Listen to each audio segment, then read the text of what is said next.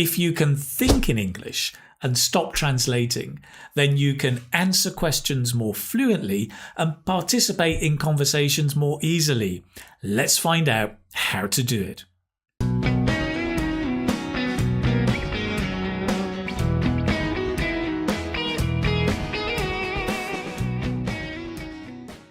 Hi, this is Keith. I run the website The Keith Speaking Academy and the YouTube channel here, English Speaking Success.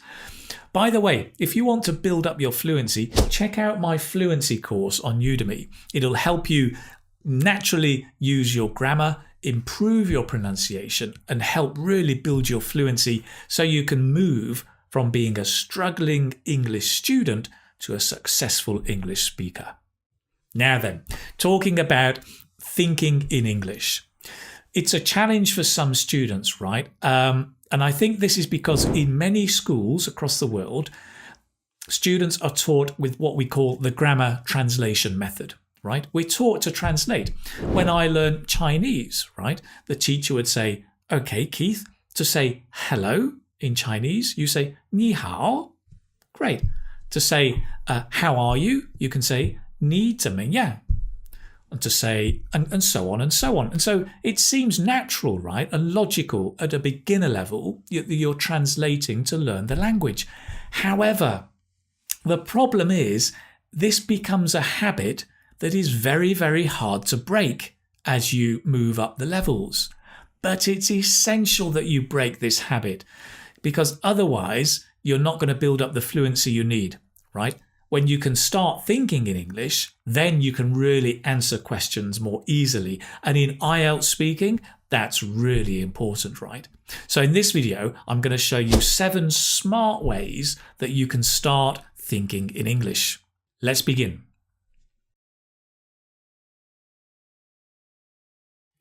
So I would say the first step to thinking in English is to surround yourself with English.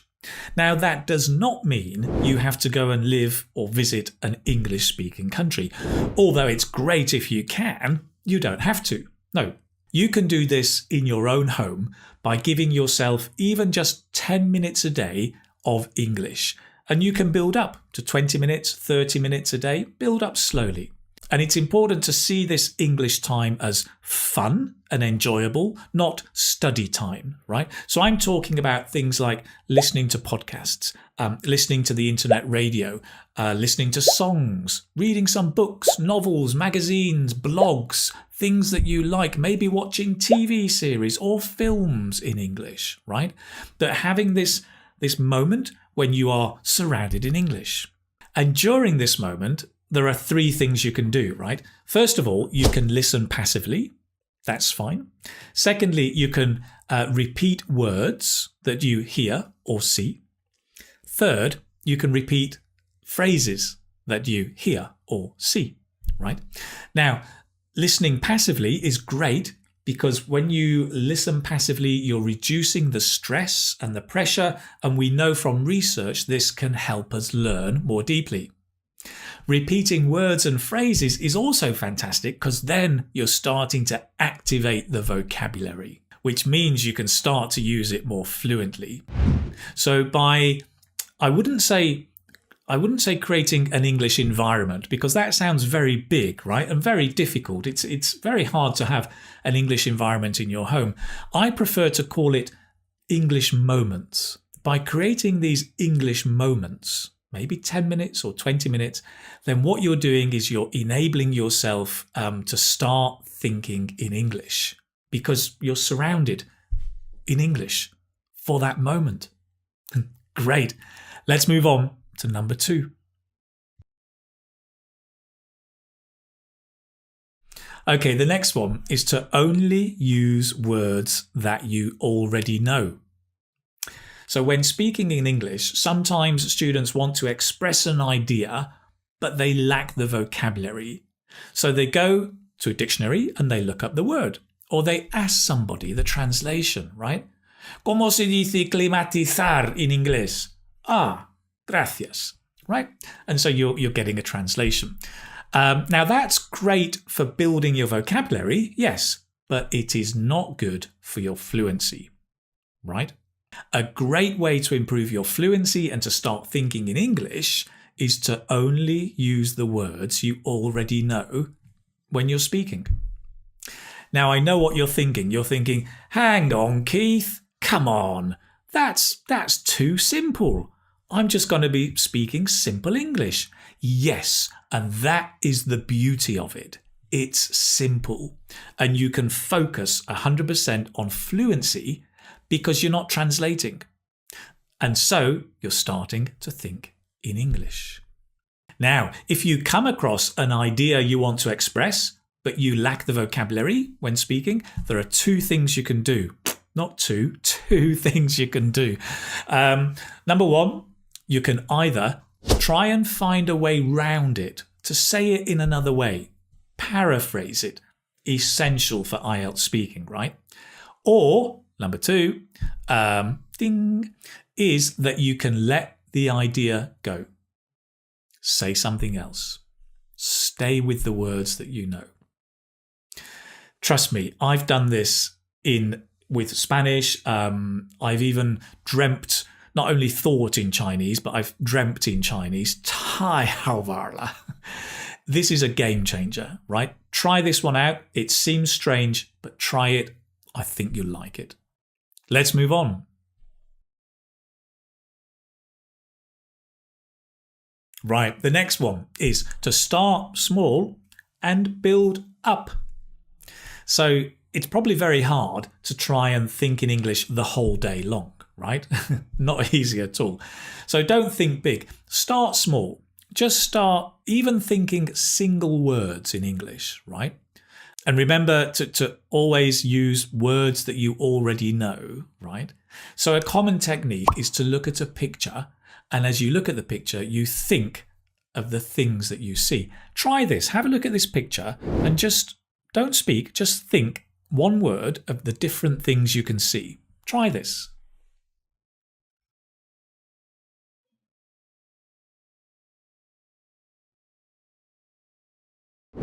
Great. Now, you probably all thought different things, right? I was thinking yoga, plants, t-shirt, lights, mat, right? Those are the things that I thought of.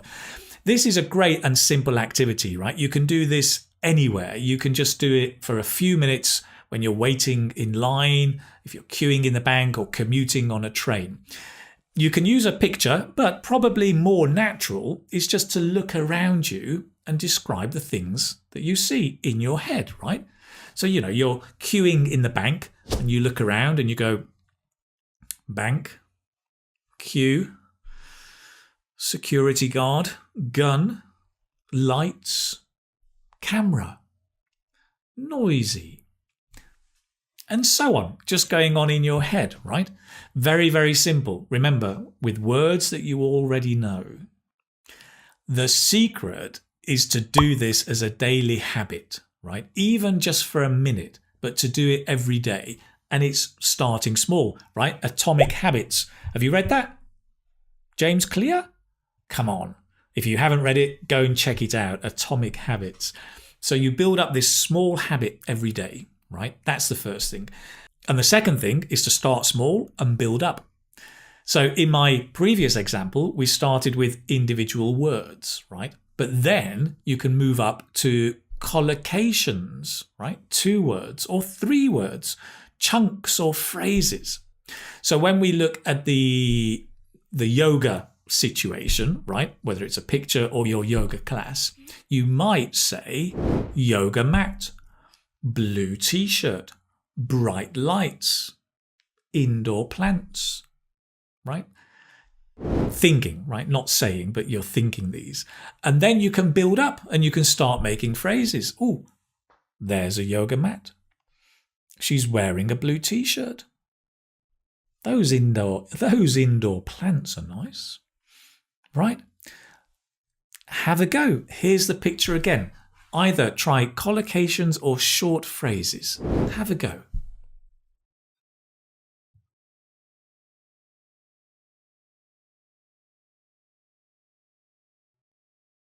Right, nice. So you can see you're starting small and building up with this daily habit. thinking in English. Lovely. Next.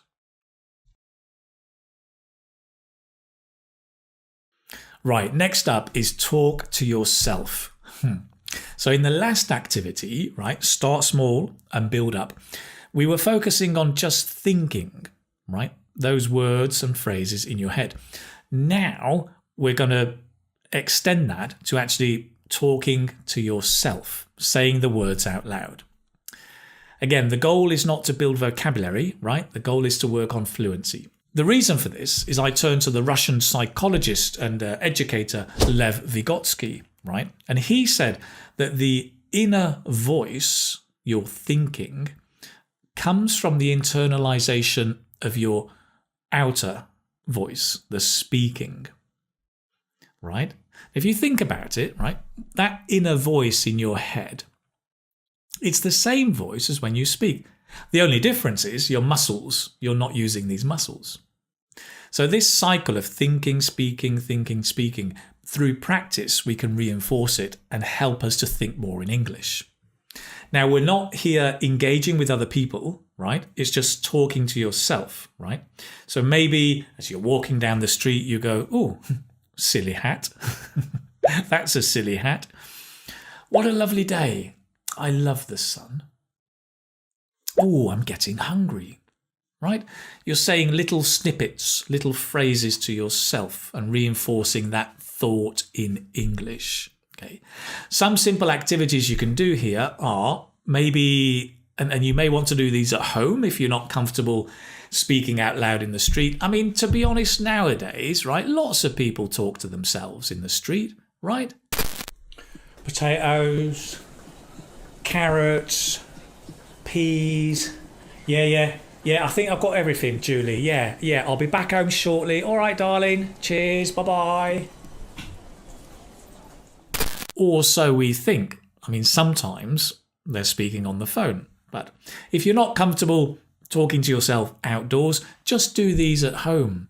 So, for example, in the morning, you could talk about your routine for the day or your plan for the day. Oh, today I'm going to go shopping. I've got to pick up some vegetables, right? You can describe an activity you're doing, right? For example, I'm cooking, so I need 2 eggs. I need a bit more flour, more salt, I think. Or you can just review what you've done today, right? So today was a good day. In the morning, I did this and that, and that was a good idea. And so you can do simple things where you're actually just talking to yourself and reinforcing this thinking as well. Right, let's move on. Next is to write in English. So when it comes to thinking in English, I think the active skill of writing complements the active skill of speaking in helping you create this English environment, or what I called English moments throughout your day that will help you think in English. Now, of course, the way that we speak and write are very different, right? And I do not encourage you to speak the way you write. They are 2 separate forms of communication. However, there is some research that suggests that writing and speaking are connected and actually influence each other. So I think by writing things in English, we can also help start thinking in English. Remember, only use the words that you know and start small and build up. As before, some simple activities could be, right, writing your shopping list in English. Leaving a message to the family, pick up John at 6 o'clock, right? Or putting a post-it on your computer. Bang, remember to email Udemy.